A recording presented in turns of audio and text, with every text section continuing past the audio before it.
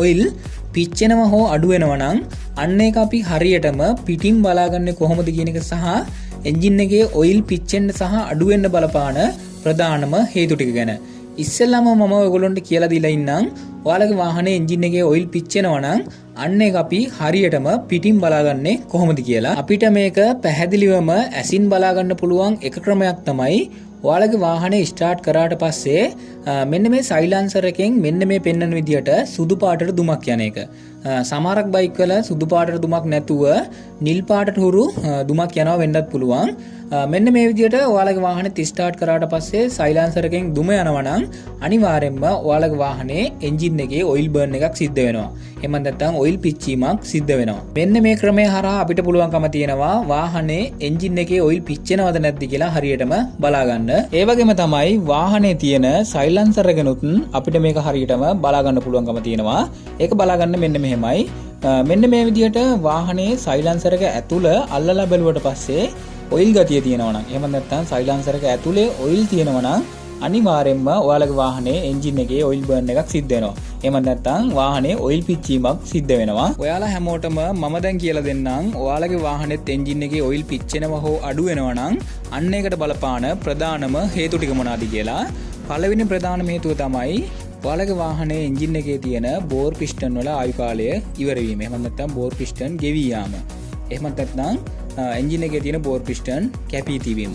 ඔන්න කිව්ව හේතුව නිසා අනිවාර්යෙන්ම ඔයාලගේ වාහනේ එන්ජින් එකේ ඔයිල් පිච්චෙන්න පටන් ගන්නවා. ඒක එක හේතුවක්. ඊට පස්සේ ගත්තම අනිත් හේතුව තමයි ඔයාලගේ වාහනේ එන්ජින් එකේ හෙඩ් එකේ තියෙන වැල් ඔයිල් සීල්. මෙන්න මේ හෙඩ් එකේ තියෙන වැල් ඔයිල් සීල් ගිහිල්ලා තිබ්බමත් අනිවාර්යෙන්ම එන්ජින් එකේ ඔයිල් පිච්චෙන්න පටන් ගන්නවා. ඒ වගේම තමයි ඔයාලගේ වාහනේ එන්ජින් එකේ හෙඩ් එකේ තියෙන මෙන්න මේ වැල් ගයිඩ් එක ගියාමත් ඔයාලගේ වාහනේ එන්ජින් එකේ ඔයිල් බර්න් එකක් සිද්ධ වෙන්න පුළුවන්. එහෙම නැත්නම් ඔයිල් පිච්චීමක් සිද්ධ වෙන්න පුළුවන්. ඔයාලගේ වාහනේත් එන්ජින් එකේ තියෙන ඔයිල් පිච්චෙන්නේ නැතුව ඔයිල් අඩු වෙනවා නම් අන්න ඒකට බලපාන හේතු ටිකත් මම දැන් කියලා දෙන්නම්. එක හේතුවක් තමයි ඔයාලගේ වාහනේ එන්ජින් එකේ තියෙන පැකින් සෙට් වලින් කොහේ හරි ලීක් එකක් තිබ්බොත් එහෙම අනිවාර්යෙන් එන්ජින් එකේ ඔයිල් අඩු වෙන්න පටන් ගන්නවා. ඒක එකක්.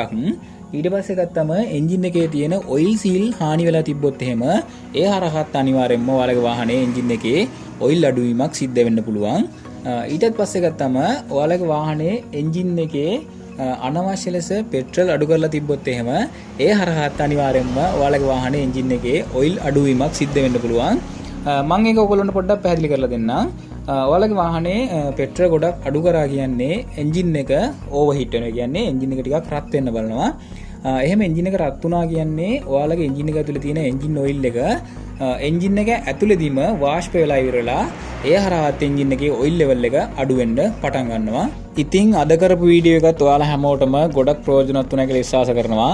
ඔයගොල්ලන්ට මේ සම්බන්ධයෙන් ගැටලුවක් ප්‍රශ්නයක් තිබ්බනම් අනිවාර්යයෙන්ම පහලින් කමෙන්ට් එකක් දාගෙන යන්න.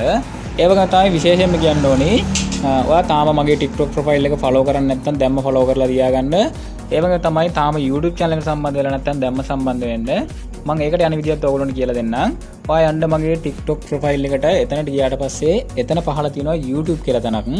අන්න ඒක ටච් කරන්න. ඒක ටච් කරපු ගමන් ඔයා ඉබේම මගේ YouTube channel එකට අරගෙන යනවා. අනිවාර්යයෙන්ම channel එක subscribe කරලා තියාගන්න. අදට එහෙනම් මම මේ වීඩියෝ එක මෙතනින් නතර කරනවා. ආයෙත් දවසක මේ වගේ අලුත් වීඩියෝ එකකින් නැවත හමු වෙමු.